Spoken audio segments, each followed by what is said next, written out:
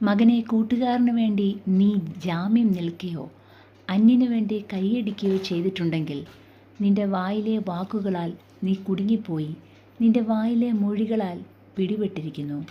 ആകയാൽ മകനെ, ഇത് ചെയ്യുക, നിന്നെ തന്നെ വിടുവിക്കുക. കൂട്ടുകാരൻ്റെ കയ്യിൽ നീ അകപ്പെട്ടു പോയല്ലോ. നീ ചെന്ന് താണു വീണ് കൂട്ടുകാരനോട് മുട്ടിച്ചപേക്ഷിക്കുക. നിന്റെ കണ്ണിന് ഉറക്കവും നിന്റെ കണ്ണിമയ്ക്ക് നിദ്രയും കൊടുക്കരുത്. മാൻ നായാട്ടുകാരൻ്റെ കയ്യിൽ നിന്നും പക്ഷി വേട്ടക്കാരൻ്റെ കയ്യിൽ നിന്നും എന്ന പോലെ നീ നിന്നെ തന്നെ വിടുവിക്കുക.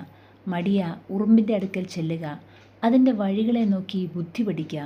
അതിന് നായകനും മേൽവിചാരകനും അധിപതിയും ഇല്ലാതിരുന്നിട്ടും വേനൽക്കാലത്ത് തൻ്റെ ആഹാരം ഒരുക്കുന്നു, കൊയ്ത്തുകാലത്ത് തൻ്റെ തീൻ ശേഖരിക്കുന്നു.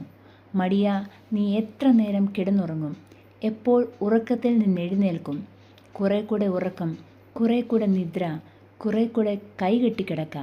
അങ്ങനെ നിന്റെ ദാരിദ്ര്യം വഴിപോക്കനെ പോലെയും നിന്റെ ബുദ്ധിമുട്ട് ആയുധപാണിയെ പോലെയും വരും. നിസ്സാരനും ദുഷ്കർമ്മിയുമായവൻ വായുടെ വക്രതയോടെ നടക്കുന്നു. അവൻ കണ്ണിമിക്കുന്നു, കാൽ കൊണ്ട് പരണ്ടുന്നു, വിരൽ കൊണ്ട് ആംഗ്യം കാണിക്കുന്നു.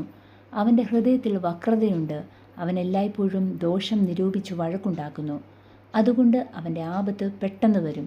ക്ഷണത്തിൽ അവൻ തകർന്നു പോകും, പ്രതിശാന്തി ഉണ്ടാകുകയുമില്ല.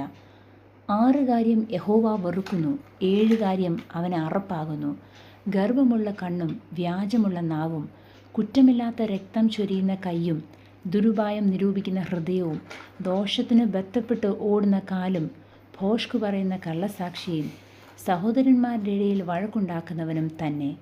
മകനെ, നിന്റെ അപ്പൻ്റെ കൽപ്പന പ്രമാണിക്ക, അമ്മയുടെ ഉപദേശം ഉപേക്ഷിക്കുകയുമരുത്. അത് എല്ലായ്പ്പോഴും നിന്റെ ഹൃദയത്തോട് ബന്ധിച്ചു കൊള്ളുക, നിന്റെ ഹൃദയത്തിൽ അത് കെട്ടിക്കൊള്ളുക.